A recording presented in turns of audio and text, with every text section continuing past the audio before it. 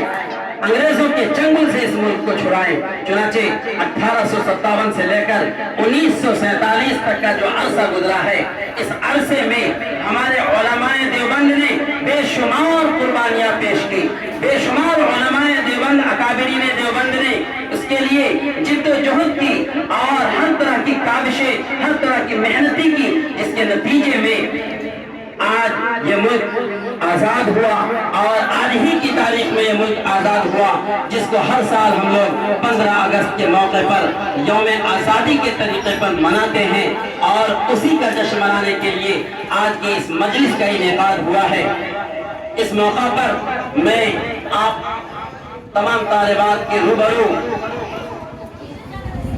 اپنے مدرسے کے اساتذہ کو کرنا چاہوں گا تاکہ وہ آپ کی خدمت میں آئیں اور اپنے تاثرات کا اس موقع پر اظہار کریں، یوم آزادی کے موقع پر لبکشائی فرمائیں اور اپنے پند و نصائح سے ہمیں نوازیں۔ چنانچہ سب سے پہلی کڑی کے طور پر انتہائی ادب و احترام کے ساتھ میں درخواست گزار ہوں حضرت مفتی نور اللہ صاحب قاسمی دامت برکاتہم العالیہ کہ آپ تشریف لائیں اور اپنے ناصحانہ کلام سے تمام سامعات کو نوازیں۔